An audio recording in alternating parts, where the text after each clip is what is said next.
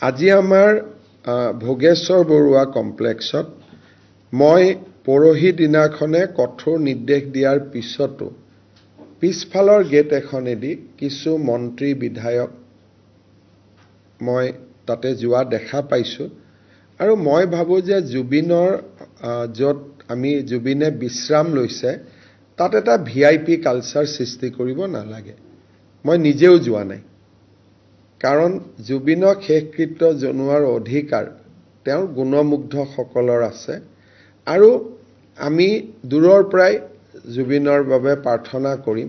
কিন্তু যিসকলে জুবিনক চাবৰ কাৰণে লখিমপুৰ ডিব্ৰুগড়ৰ পৰা কষ্ট কৰি আহিছে, কোনোবাই নিজৰ জমা থকা টকাকেইটা উলিয়াই আহিছে, কোনোবাই কিবা এটা বিক্ৰী কৰি আহিছে, তেওঁলোকে জুবিনক চোৱাৰ অধিকাৰটো প্ৰথমতে পাব লাগে।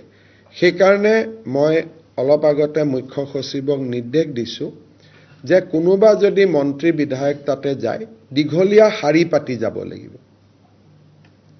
কোনো পিছফালদি শ্বৰ্টকাট কৰি যোৱাৰ যিটো ব্যৱস্থা, সেই ব্যৱস্থাটো অহাকালি মই নামানিম আৰু মই মুখ্য সচিবক কঠোৰভাৱে কৈছোঁ যে যোনেই নহওক কিয় সকলোৱে যদি মন্ত্ৰী বিধায়কো জুবিনক চাব খোজে তেওঁলোকে লাইনত থিয় হ'ব আৰু লাইনে যিমান দূৰলৈকে লৈ যাব সিমান দূৰলৈকে লৈ যাব।